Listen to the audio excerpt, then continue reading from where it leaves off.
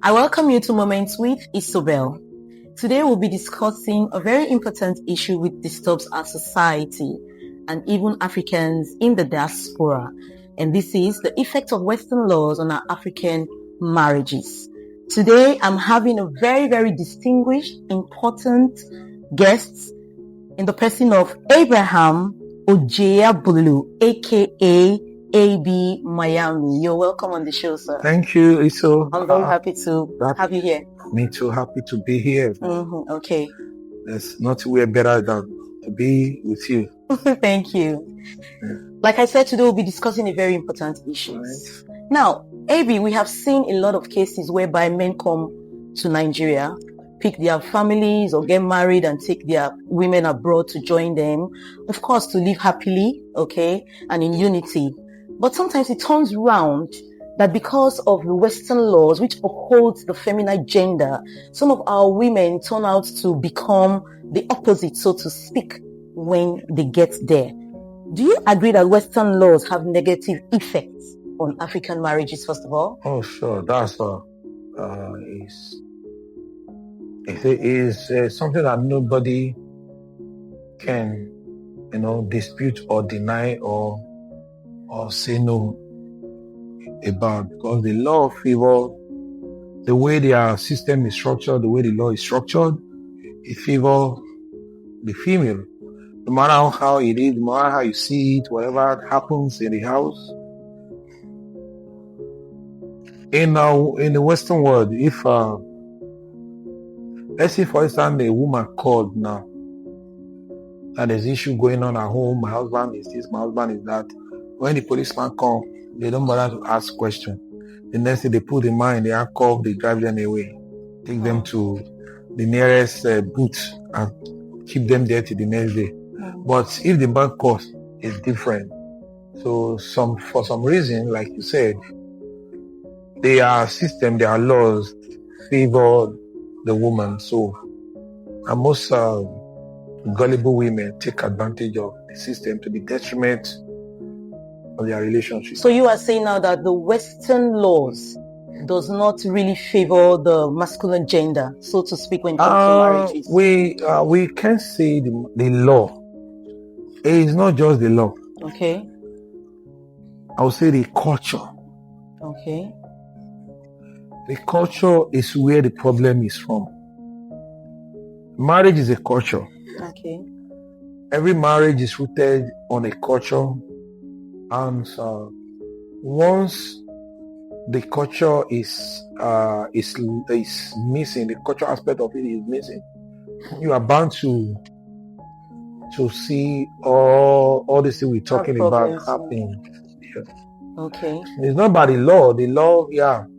If the man has not done anything wrong, most times, yeah, let me just tell you the truth. I think, you see, there are some unwritten laws. Yeah, let me put it like that. Yes.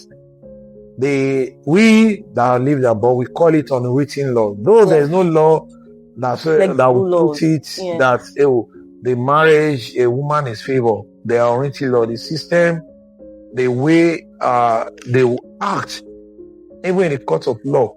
Okay. I can't go to court in America and say I want to divorce my wife in absentia. There's no judge that will grant it. But my wife can go to the court and divorce me in absentia.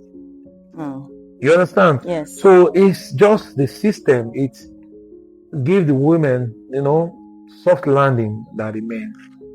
So it's not really a written law per se, but I think it's a cultural thing. So what do you think about some of these women that are married here?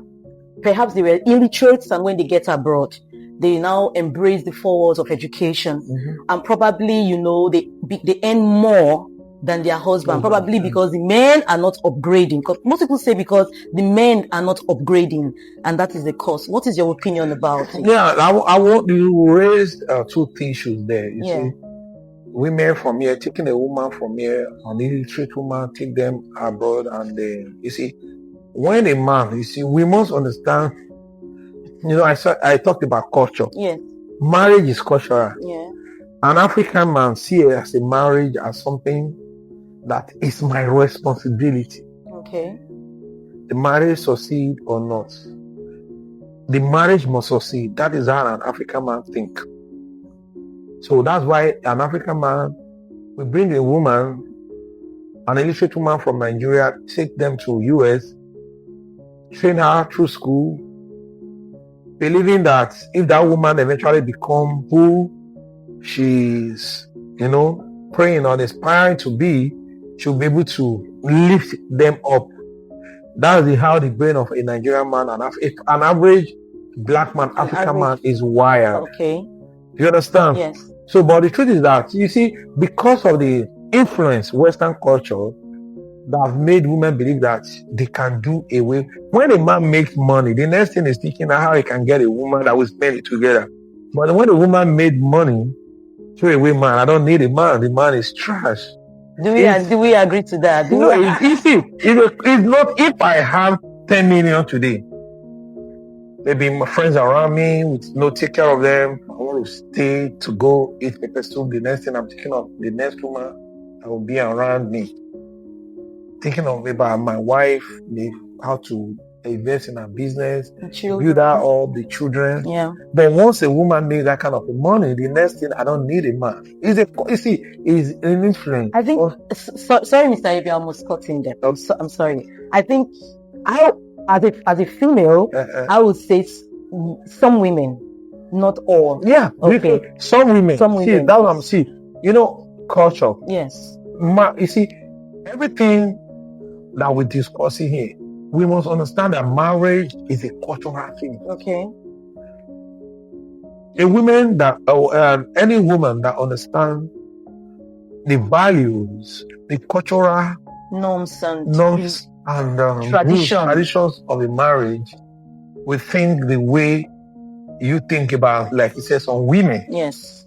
But a woman that grew up knowing only the Western side of marriage, that is good for good. So it's good to stay for worse to go. You understand? Yeah. We see marriage from a different perspective. You understand? Even in the Western world that we're talking about, we still have people who are successful marriage. Exactly. Yeah. You see, the truth is that I believe that marriage is intentional.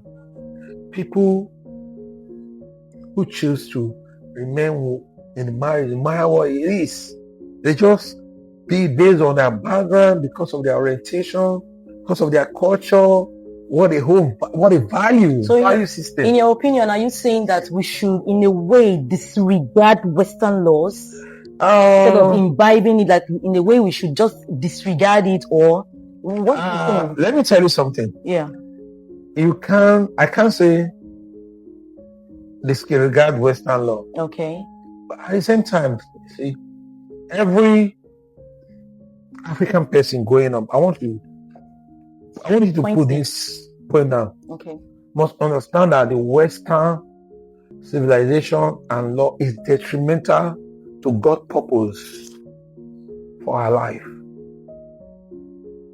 Mark that. Western civilization, Western idea, their mentality is contrary to God's designs, God's purpose for human. Yes.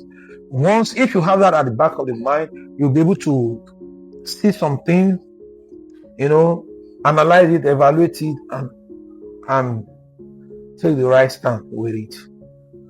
Okay. I've lived there. I've seen things. I've come to know a lot of things. Can you tell us one or two? Sorry to cut me. Can you tell us one or two occasions, if any, that you have witnessed concerning this? If you can just. Okay, let me give for example. Yeah. Right. I was in 2017. Okay. My China business partner, we're talking, and my friend, he said every time he wondered how the Western man convinced an African people that polygamy is a sin against God, and they gave us homosexuality. Did you? Did you see that?